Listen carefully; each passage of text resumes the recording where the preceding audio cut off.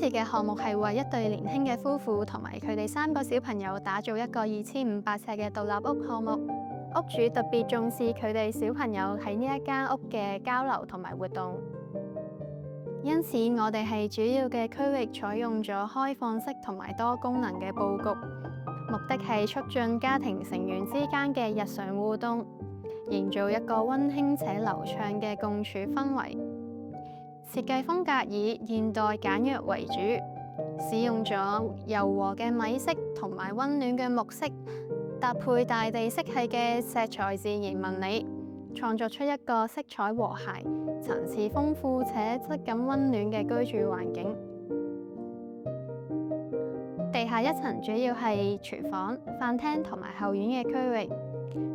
廚房同埋飯廳之間有一面大嘅窗戶，連接2個空間，並且可以充分將後院嘅自然光引入空間，呼應咗互動嘅設計理念，消除咗空間嘅界限，令到屋企人無論喺邊一個角落都可以輕鬆交流。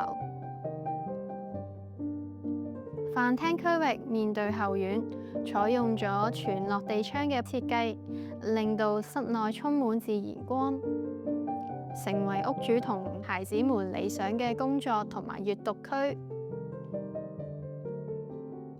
夜晚呢度會變成一個寬敞舒適嘅聚餐空間，適合親朋戚友共度美好時光。另外，為咗滿足更多嘅功能性需求，廚房不但只係烹調嘅地方，我哋仲特登打造咗一個 coffee corner， 為家人提供一個暫時可以放鬆同埋休息嘅小空間。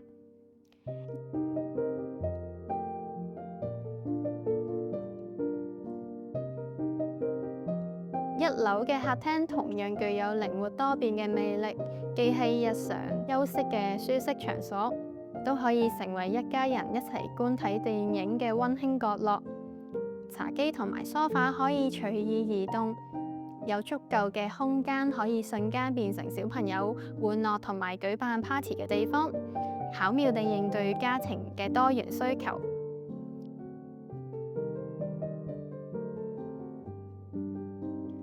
房間嘅設計都強調靈活性，冇特登使用固定嘅床架，而係將床鋪直接可以鋪喺地上。咁樣嘅設計可以令到父母可以隨時增加床位，與年幼嘅小朋友共度溫馨嘅睡眠時光，適應小朋友喺成長嘅階段嘅家庭生活模式，完美融合家庭需求。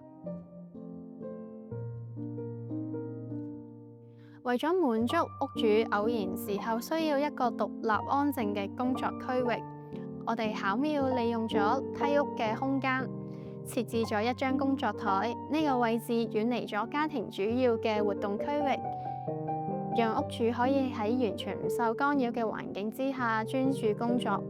同時都可以充分咁樣利用咗呢個平時難以利用嘅空間角落，賦予佢新嘅功能同埋價值。